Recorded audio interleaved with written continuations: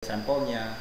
Jadi orang tua kita dulu membaca tanda-tanda alam, Betul. yang tidak bisa dijelaskan lewat logika, Betul. dan ilmu pengetahuan, Betul. menggunakan cara spiritualis. Betul. Yaitu dengan kalau menganggap daerah ini misalnya gasnya paling tinggi, gitu kan, Iya. atau tekanan abu vulkaniknya paling tinggi, maka diletakkanlah sesajen karena untuk meredam kemarahan. Betul. Tapi kan dari dianggap penunggu. Iya, tapi kan dianggap itu hanya mitos, backward knowledge, nggak diperlukan. Kesalahan kita adalah menghilangkan itu secara mendadak tanpa penjelasan ilmu pengetahuan. Betul. Andai kata ahli fisika, ahli kimia, ahli geologi dari ITB, dari UGM melakukan penelitian dan menjelaskan kepada publik bahwa dulu orang tua kita meletakkan sesajen di situ tujuannya untuk ini, karena waktu itu belum bisa menjelaskan dengan bahasa pengetahuan.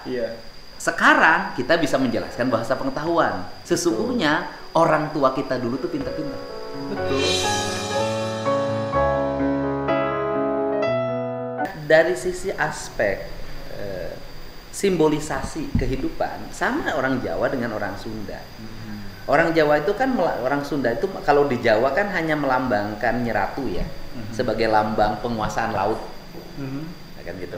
Kalau di Sunda ditambah Maung Siliwangi sebagai simbol penguasaan gunung.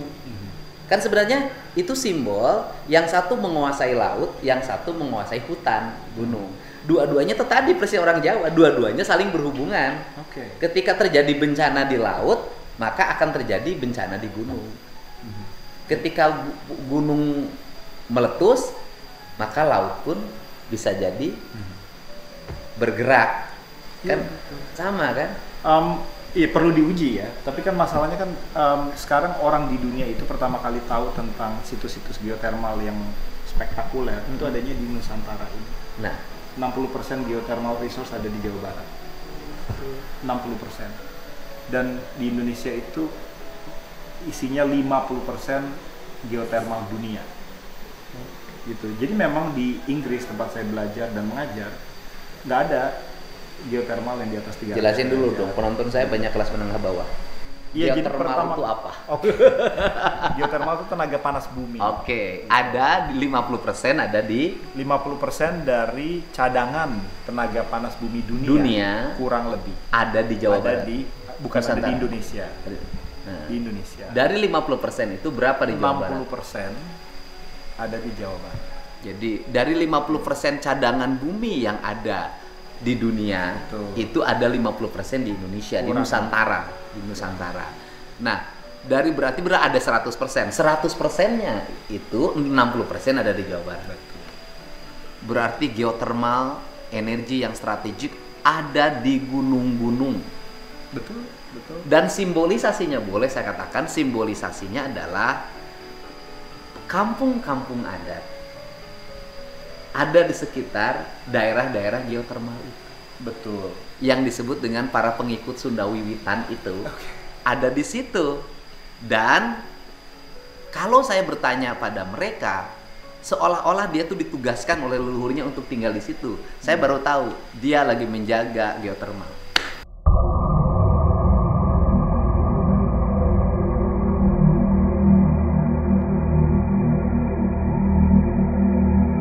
Bayangin, malam yang sunyi di tengah hutan, nggak ada sinyal, nggak ada lampu, cuma kabut yang pelan-pelan turun dari langit. Lalu terdengar suara seperti bisikan, kadang seperti orang membaca mantra. Tapi waktu dicari, nggak ada siapa-siapa. Tempat ini bernama Ciburial. Katanya tanah ini bukan sembarang tanah. Dulu para leluhur bertapa di sini, dan belakangan satu nama kembali disebut-sebut oleh warga sekitar, yaitu KDM, sosok yang diyakini ia pernah menyendiri di tempat ini. Lalu suara itu mulai muncul kembali. Sahabat keramat wali, Ciburial bukan nama besar di peta wisata, tapi bagi sebagian orang Sunda, tempat ini lebih dari sekedar desa. Ia tersembunyi di antara perbukitan dan kabut pagi yang tebal, seperti sengaja dilindungi dari dunia luar. Nah, dulu para karuhun sering datang ke sini untuk menyepi, bertapa, mencari ilmu, atau mungkin mencari dirinya sendiri. Sampai sekarang, beberapa juru kunci masih menjaga situs-situs tua yang konon merupakan tapak kaki para leluhur. Salah satu tokoh adat setempat pernah berkata, Ciburial itu bukan tempat sembarangan orang. Kalau kamu dipanggil ke sini lewat mimpi, itu artinya ada yang ingin bicara. Dan entah kebetulan atau bukan, beberapa warga mulai cerita.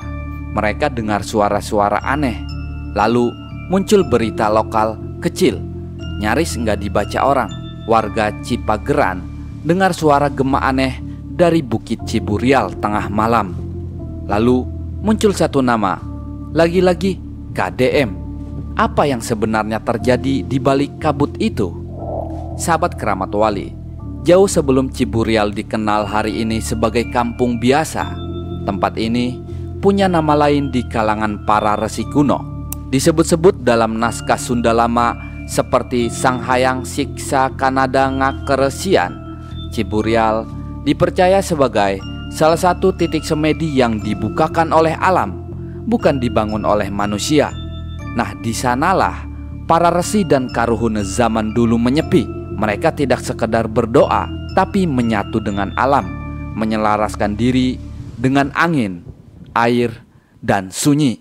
Nah, ada kisah tentang seorang resi tua dari kerajaan Pajajaran yang bertapa di batu tinggi Ciburial selama 40 hari. Ia tidak makan, tidak bicara, hanya diam. Dan pada malam ke-41, warga sekitar mengaku mendengar suara gamelan mengalun dari dalam tanah. Saat dicari keesokan paginya, sang resi menghilang. Yang tersisa hanya bekas tapak kaki dan bau kemenyan yang samar-samar. Dalam tradisi lisan, para sesepuh menyebut tempat itu sebagai pintu ilmu. Tapi pintu itu bukan yang bisa dibuka dengan kunci logika. Ia hanya muncul ketika ada yang pantas untuk menerimanya. Dan ketika pintu itu terbuka, katanya akan terdengar suara, kadang seperti desir angin, kadang seperti bisikan nama yang tak pernah kita kenal. Nah, warga lama sering berpesan, kalau kau dengar suara dari hutan Ciburial, jangan jawab, tapi dengarkan. Kini, semua cerita itu seperti bangkit kembali, karena kabarnya KDM pernah datang ke tempat yang sama. Dan sejak saat itu, suara-suara itu muncul lagi. Sahabat Keramat Wali, semua cerita tentang suara di Ciburial terasa seperti dongeng. Sampai akhirnya nama itu muncul lagi, KDM. Salah satu tokoh adat setempat yang enggan disebut namanya mengaku pernah melihat sosok laki-laki paruh baya duduk bersila di bawah pohon jati tua beberapa tahun lalu. Bukan warga sekitar, bukan tamu resmi, tapi cara dia diam, cara dia menyatu dengan tanah bikin orang-orang tua merasa dia bukan orang sembarangan. Konon, sejak malam pertama KDM berada di sana, suara-suara itu mulai muncul lagi. Bukan sekadar angin atau suara hewan malam, tapi suara halus seperti lantunan doa tua. Kadang terdengar seperti perempuan tua bicara pelan, kadang juga seperti suara angin mengalir dari batu yang kering. Nah, Bu Neneng, seorang penjual jamu di kampung, cerita, saya nggak tahu siapa dia, tapi waktu lewat dekat batu besar tempat dia duduk, dada saya berdebar seperti ada yang mau keluar. Tapi bukan dari tubuh, melainkan dari ingatan. Lalu ada Mang Asep, juru kunci kecil makam leluhur di sisi bukit. Ia bilang, malam itu kabut turun lebih tebal dari biasanya. Saya jalan ke tempat itu, cuma bawa senter. Tapi cahaya senter saya nggak bisa tembus kabut. Dan dari arah batu keramat, saya lihat siluet orang duduk. Tapi waktu saya samperin, nggak ada siapa-siapa. Nah, esokannya warga cerita mereka mimpi hal yang sama, yaitu mimpi tentang seorang laki-laki yang duduk dikelilingi para karuhun berjubah putih. Wajah-wajahnya tua, berjenggot panjang, matanya dalam seperti lautan. Dan mereka semua memandang satu orang, yaitu KDM. Sejak saat itu, warga menyebut KDM dengan nama yang jarang digunakan, yaitu Nudi Jugjug waktu peting, artinya yang dicari saat malam turun.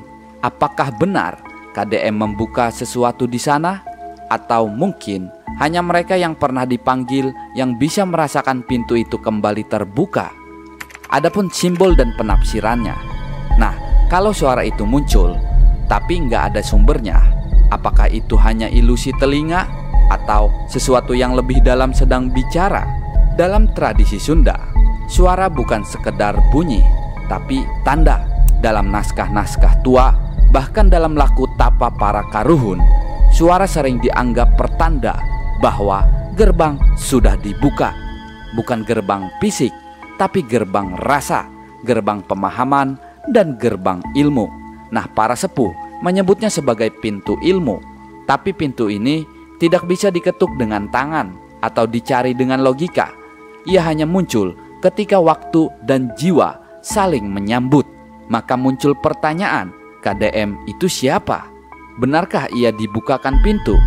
Ataukah ia hanya simbol dari pencarian panjang manusia atas jati diri dan makna hidup?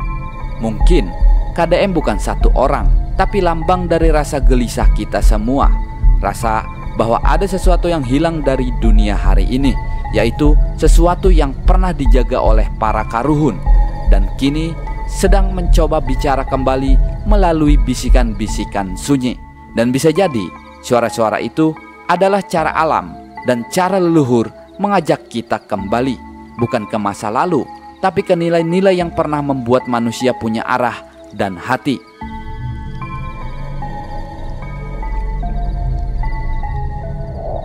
Sahabat Keramat Wali, malam itu tak ada angin, tak ada suara. Kabut turun perlahan, menutup jejak-jejak manusia. Tapi dari kejauhan muncul satu sosok diam tapi hadir. Ia tidak bicara, tapi langit seperti menahan napas. Burung-burung diam, daun pun enggan bergerak. Di sekelilingnya berdiri bayangan para karuhun, jubah putih, wajah teduh, mata yang tajam tapi penuh kasih. Dan mereka semua menatap ke satu arah, ke satu orang. Dan pada detik itu, tanpa suara, tanpa cahaya, semua orang yang bermimpi tentangnya bangun bersamaan. Mereka tidak tahu kenapa, tapi mereka merasa satu hal yang sama. Pintu itu sudah dibuka. Sahabat Keramat Wali, sekarang coba tanya ke diri sendiri. Kalau kamu bermimpi di hutan berkabut, dikelilingi para leluhur, dan ada satu sosok yang memandangmu tanpa bicara, apa kamu akan anggap itu kebetulan atau pesan? Nah, Ciburial mungkin cuma kampung kecil di peta, tapi bagi sebagian orang, ia adalah panggilan. Dan nama KDM mungkin bukan jawaban, tapi pertanyaan tentang siapa kita, tentang apa yang sedang dicari oleh jiwa kita yang paling dalam. Menurut kamu, semua ini cuma mitos? Atau justru bagian dari sesuatu yang lebih besar yang sedang bergerak pelan-pelan? Nah, tulis pendapatmu di kolom komentar. Dan jangan lupa, kadang yang tak terlihat justru yang paling ingin bicara.